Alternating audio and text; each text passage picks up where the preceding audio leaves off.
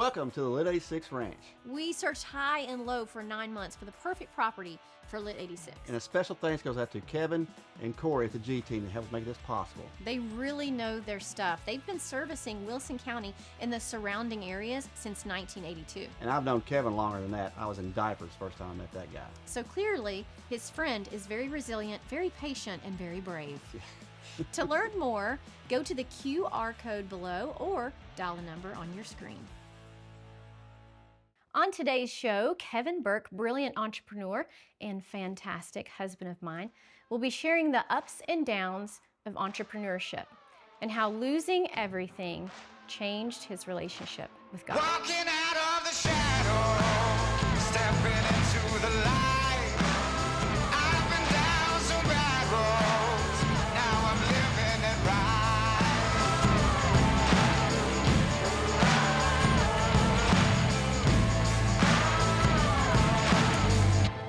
Welcome, Kevin Burke. How are you today? I'm doing well. Thank you very much. Good. Thank you for sitting in the hot seat.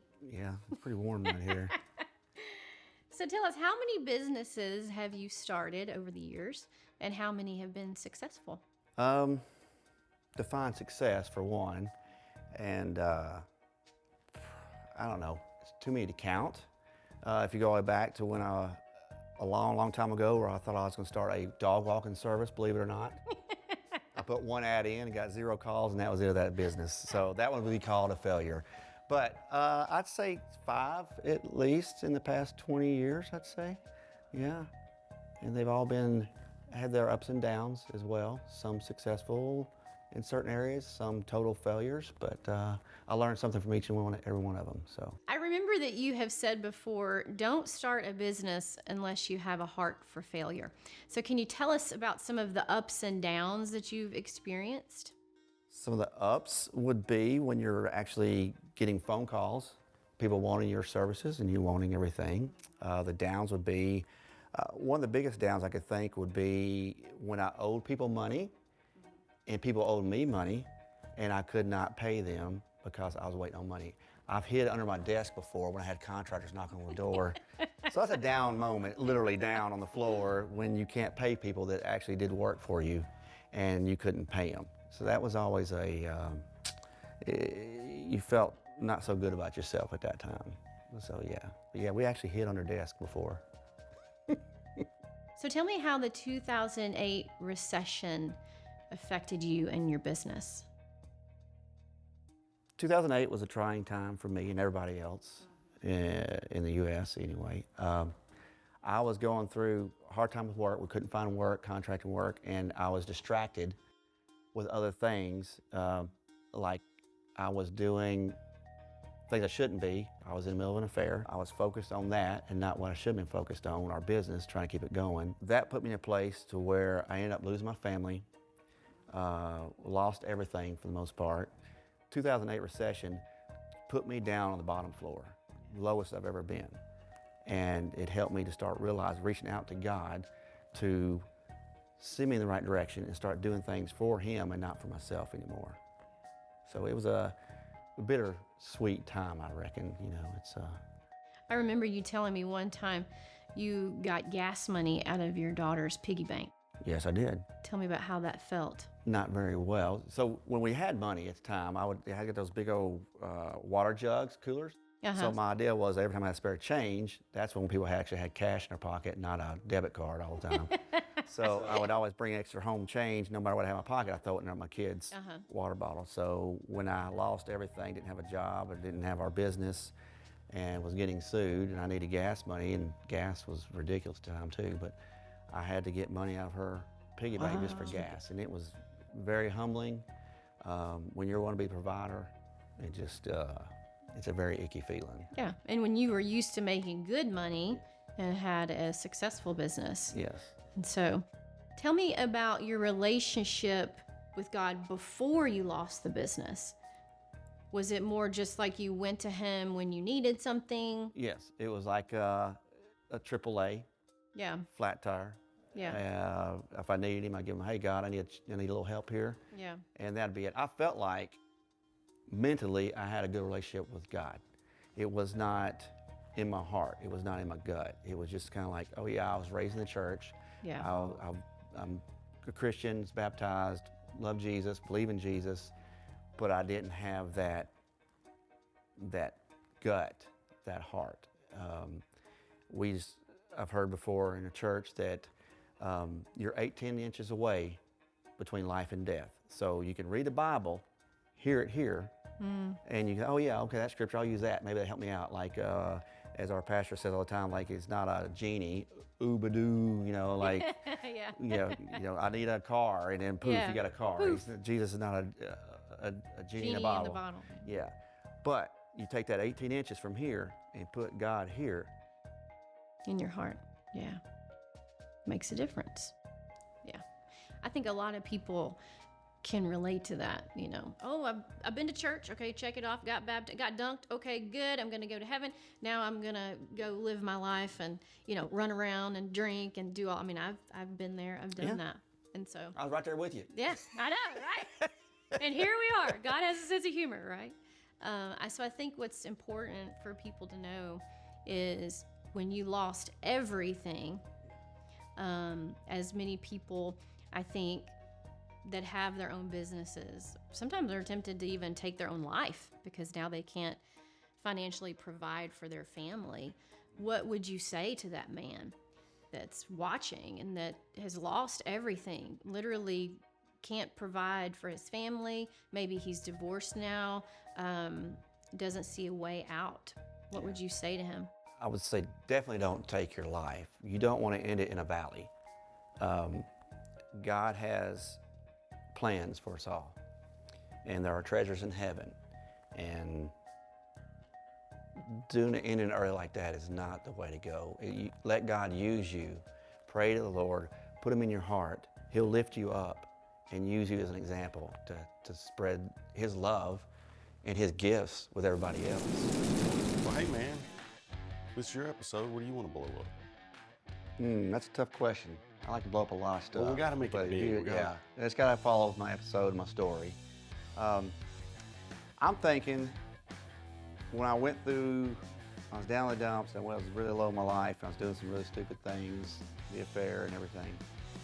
In the evenings when I couldn't sleep. When you're sleeping with guilt, you're not sleeping, right? Right. So I'd get up in the middle of the night and go out to my workshop, and I had a karate studio set up with mirrors and all that, and bags. And I'd kick that bag probably 2,000 times that night. Just kick. You're talking about a hanging from the Just ceiling. Just a hanging body bag. Not that big right there. around. And no matter how hard I hit that thing, the guilt was still there. Mm-hmm. You got to get rid of a little stress, but you can't get rid of all of it. And I just could not shake it. I reached out to God and said, help me get rid of this stuff. Help me get rid of the guilt. I turned to the Lord, and it just turned my life around. So I always envisioned, like, if I could hit that bag hard enough to just wipe it off. Oh yeah. So I like to have like a huge impact on the bag. Oh yeah. I Some think we sort can do of that. a punching bag. We have experience with that. And then another one I could do is like, I took money from my daughter's piggy bank for gas money, and that was really sucky. And then maybe I like to look at those water coolers. That'd be cool. Water cooler. The things they're full of water, the plastic jugs, and you flip it over. That's what I use as a piggy bank. Yeah. You put money in them? Yeah. The water, and I always flip them over and just put money in it for my daughter. I got you. And so You talking about all three a kids cylinder water Yeah, cooler? so it's those water cooler things, those big old bottles that you About that flip upside tall. down, crystal. Okay. Yeah, I know what yeah. you're talking about. Yeah. So we fill that up with either water, just different colored waters, blowing it up. And then I also thought maybe a Pez dispenser, because Christmas time was big for my family, and I couldn't afford anything for my kids, and I got them Pez dispensers. That was a Christmas gift. Which, it's okay. It's not about Christmas. It's not about gifts. It's just about Christ's birth, of course. But in my family, big thing was like a lot of toys. So So Pez dispenser might be maybe a So you think it's pinata. small ones or no, built? like or maybe they a make big the big pinata. ones. Can we get like a Oh, big they make pinata big ones? Yeah. and then blow it up? Yeah. And have that on a hanger, okay? Yeah. Like you said the key thing there, a pinata. So you want to set that up like a pinata. You've already visualized this. Yeah. But then the effect you're going to get with however we hit it, that helps the cameras a lot, and you can back up. You don't have to zoom in too tight. you come back. Okay. Let the camera folks know that. You want to catch as much of the debris as you can, which then when you get in slow motion, like, wow. Yeah. You've already got that figured out. Yeah, that'd be fun. I like that. That's a good idea. So you got 3. Do you want to do any more? No, the big one is Punch the your big bag? one's big punching bags. So you smell what I'm cooking, right? You Yeah. smell I'm stepping in. Yeah. I know Les doesn't, because Les can't smell. Anosmia. It's a real thing. It's a real thing. February, I think 20th is Anosmia Awareness Day. So And it's I was born without a sense of smell. So. you can't smell it. Can't smell it. Can't smell it. You dealt it. Can't smell it. Can't smell it. Nope. So it's a blessing, I think. All right. All you smellers Let's go. say. I guess we can do it. I said all you smellers say that. Yeah. I'm silent over here. Yeah. And you're deadly. But deadly. He would never know. Oh. Okay, so we got it. We got the Pez dispenser. We got Punching bag. punching bag. Big and- jug. Okay, I need to write this stuff down because Right, man. I'll forget. So watch this. Watch this. I'm in practicing, Tommy. Ready? Boom! Yeah. Pretty good. That's Yeah, right. it's- That's right. Okay, so we have Punch bag. KB's episode, right? So we got the punching bag. I'm gonna say times. I like to have 5 of them. And there'll have to be some planning on that, okay? Yeah. On a planner. Yeah. And then punching bag, and then we have the Pez, which will be the Pinata. pinata. I can't Right. spell that. That needs to be, Pin, Yada. That needs- yada, yada, yada. And then the piggy bank. which you said was a cooler. What? You don't know what Water I'm talking cooler. about? I can't believe you don't know what I'm talking about. It's a water cooler, man. Yeah, that's what he said, a cooler, yeah. And so punching bag is going to be some sort of explosion Yeah, that's gonna need a with a 5.56 or 2.23. big, yeah, we're gonna hit that with 5.56, 2.23, 50 yards is safe. At 50 yards. Let's figure it out if you line up 5, because then you're pivoting from one target to another. Okay. Yeah, making a precise hit. A Pez shotgun, maybe? Or Let's do we fill it go with explosive? Firebird. Oh, can you put a Firebird? Oh, Yeah, let's do definitely. Firebird. So we'll go with a Definitely. 22. One will be sufficient, but A Stuff it 22 with Firebird, right? yeah, because you can get multiples of those to, yeah, It'd be great with catching on fire, too. we can make that happen. Yeah, Piggy we can bank cheat it. is going to be the cooler. That's going to be what? Shotgun full of water? Oh. You got shotgun, maybe? Yeah, you're talking what, 20 gallons maybe? That big? Are those 5 gallons? No more. Oh, yeah, small. 20 gallons. They're 20 gallons. Are they? Yeah. I think. They're big. They're big. So what do you think? Firebirds or some slugs, 12 gauge slugs. Yeah. I don't I think agree. we've ever used those on anything. No, we haven't. Okay. Slugs, this might 12 be. gauge. It's worth a try. It's worth a shot. Worth Okay. a shot. Thank you. All right, let's go play. So tell me what happened after you lost everything, digging in the daughter's piggy bank. Where did you go from there? What was the timeline? Did you start a part-time job just to make ends meet? And then, what was the big defining moment? Yeah, during the recession, it was hard. Confidently, I thought I could do it myself. So I thought, well, I'll get me a job somewhere and quick, It took a year and a half before I got anything, until finally I was like, I'll take whatever. I did file for unemployment for a couple of weeks, and that just felt bad, just getting money from the government. And it's like, I know I put into it for over the years, but it doesn't matter. I don't want handouts. So got a job at a fitness studio or a gym and making smoothies, and $10 an hour, making about $200 a week is part-time. But so from there, I ended up getting a normal job.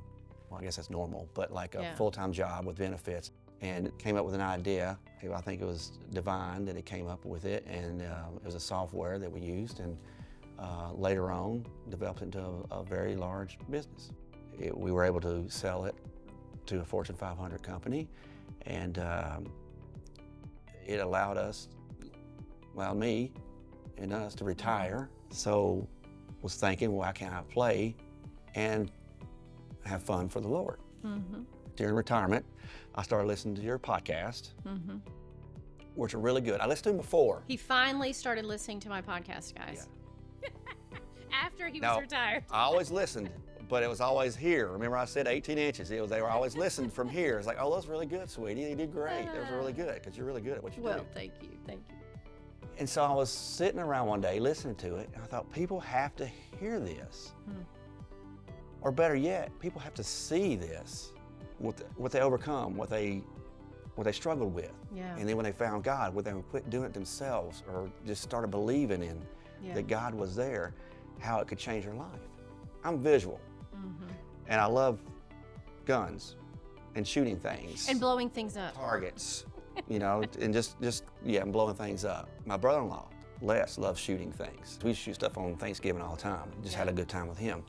And then started talking to him about the idea, and about an idea. Yes. And we would, you know, it's like, oh, that'd be cool. You know, like say for instance, you talk to someone that's in alcohol or something like that. Well, let's blow up alcohol, because men are visual. I want to see it Yes. go up. Obliterated. To just wipe it off the planet Yeah. and give you a clean slate. So that's the idea behind it.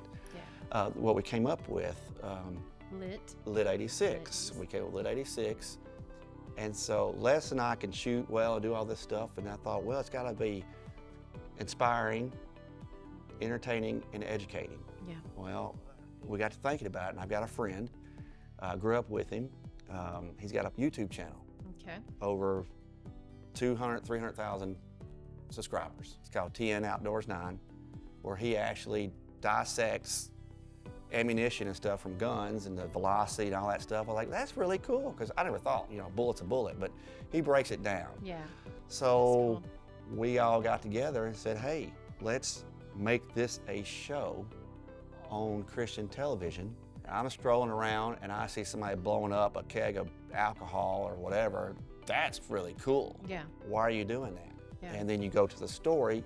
We pull your podcast and your guests into the story, Yeah.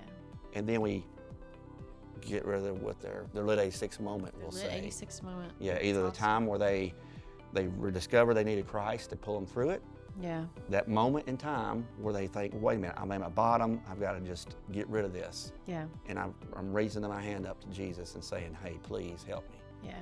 And it doesn't have to be a complicated prayer.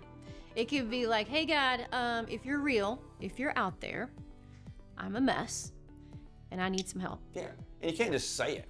Yeah. It's not oobadoo, it's Yeah. you got to feel it and feel the Lord and welcome him into your heart. Yeah. Invite him. Yeah. He's a gentleman. He's not going to go where he's not welcome. Yeah. I thought it was very important for people to hear the vision of LIT86. And I think it's going to be cool to see what the team has in store for your LIT86 moment. Yeah, I'm interested too. I'm gonna make that up myself. We'll see how that turns out. If you would like to hear more of Kevin's story, you can actually check him out on season 10, episode 96 of Everyone Has a Voice. Let's head out to the field. That's right.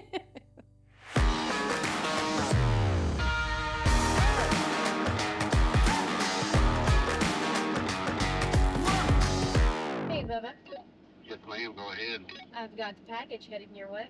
All right, the rain's just cold.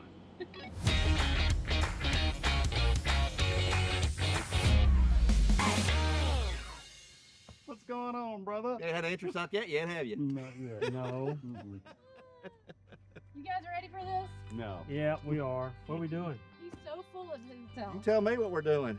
I'm here for you guys. We've got the well, this is all about Ooh, that's you. pretty. This is all about you, the stages. Yeah, I'm excited. I have no idea. He was a little nervous on the drive over. He should be. Yeah. Yeah. We have some water bottles full of money. So why don't you tell us a little bit about that? Water bottles. So, water bottles was, you know, when things were good and we had money cash flow coming in, I would use the water bottles and just take off my extra change and throw it in water bottles for my kids. But then when I lost my job, was unemployed about a year and a half. 2008 hit. Yeah, 2008 hit. Yeah. So we went bankrupt. It was just tough times. And gas was high. And when I ran out of cash, I'd go upstairs to my daughter's room and shake that bottle out, try to get the cash out as much as I could, and use gas. The next morning, shake bottle out again. So it was very, it stunk, you know, just, you felt, I felt like I was taken from my kids. So that's the water bottle. That's the water bottle. I only have so many tears left. So let's. That's okay. Let's move on, shall we, guys? Oh man! have a little Oh something. man! We have a little something for you. Fez. Yes. Yeah, you're just taught that power. You 'Cause know how you love Spider-Man. I love Spider-Man. I love Pez. Man. During all that time, these are yours, I guess. Oh, are they? Okay, I like Yeah. This takes me back to where one Christmas, my family enjoyed Christmas, and it was part of my foundation to where Christmas, like, it was a time of year the family got together, and it was kind of gross because there was so many things, so many presents and blessings that they would. I don't know if it's blessings. My parents used credit cards for everything, but we'd have all kinds of presents and stuff for Christmas. But I grew up thinking that's what Christmas was about. Just I knew it was Jesus, but the idea was to give presents to the kids and have a good time with the kids, and it was great up to a season until it all hit, and that year I'm shaking stuff out of the water bottles. This is what my kids, got for Christmas was Pez, which that's great. It's okay. It's not what the season's all about. But when you're used to giving and giving, and then you give them this. But I will say this: Gibson, the other day we were talking to him about it, and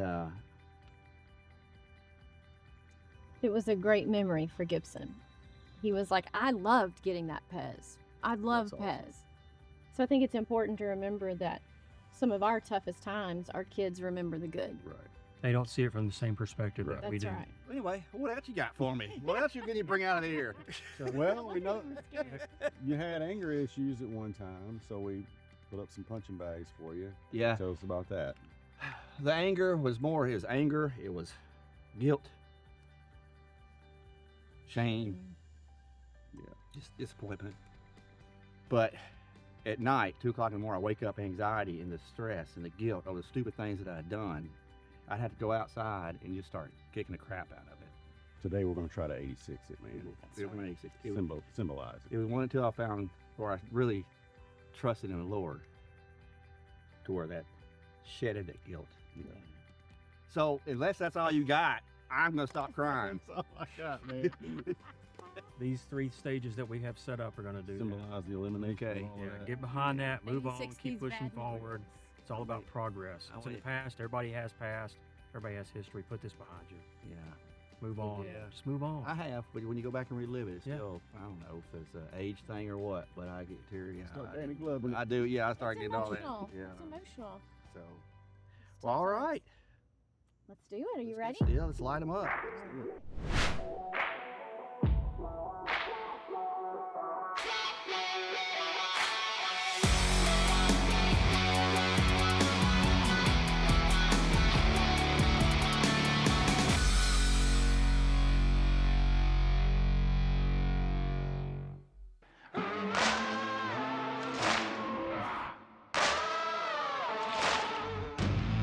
I was the devil's son.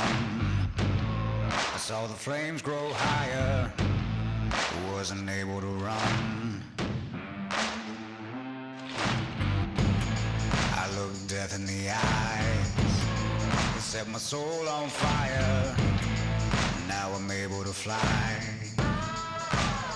Walking out of the shadow, stepping into the light. I've been down some bad roads. Now I'm living it right. Walking out of the shadow.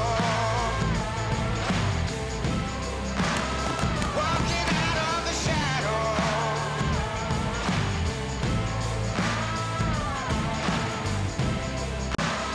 Walking out of the shadow.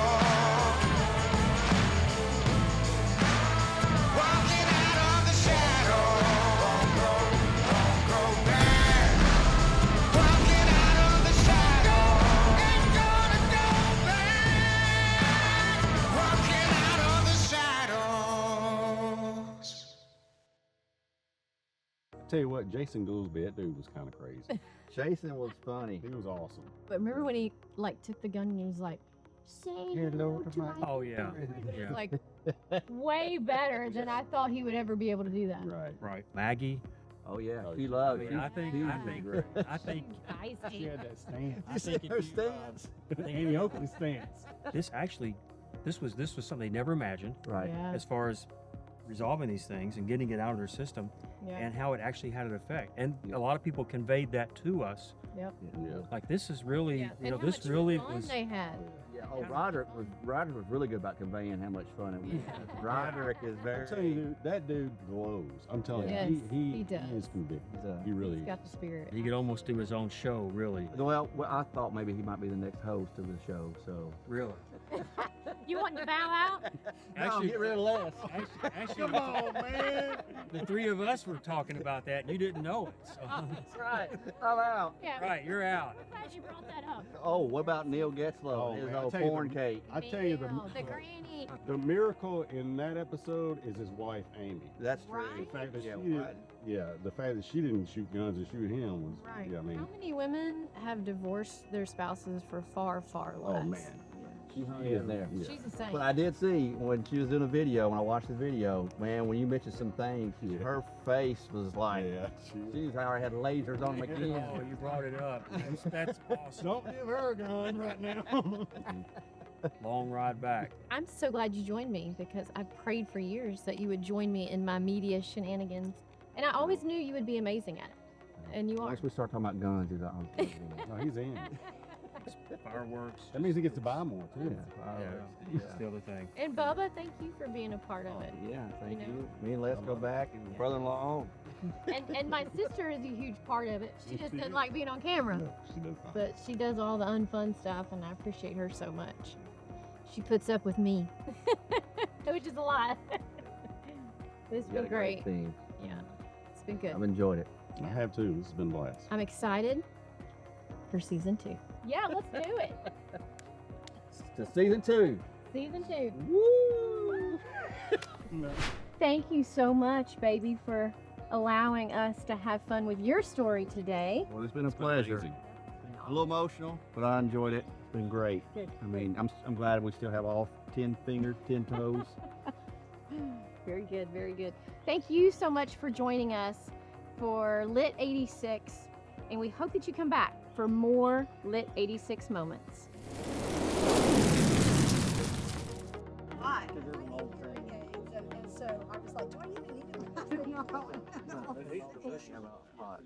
About not. What the? Oh my. Oh, This my all unclean. It's all unclean. goodness. This is ridiculous. Where are all the clean, family-friendly, faith-based TV shows? It's all lazy writing. Yes, bleep this, bleep that. Someone should turn the tables. Sometimes when you want something done right, you gotta do it yourself. Yes, let's get to work. Heard. We did it! We did it! We have 2 shows out now. Yes, Small Town Testimonies and LIT86. We hope you're enjoying them and we want to bring you more. But we learned a very important lesson about media. What's that? It's expensive. Yes, it is. Dollar bills, y'all. We need your help. We are looking for hope warriors to take a stand for family-friendly, clean media. For only $10 a month, That's a you 10. can make a huge eternal impact for the kingdom. Go to the QR code below to become a hope warrior today.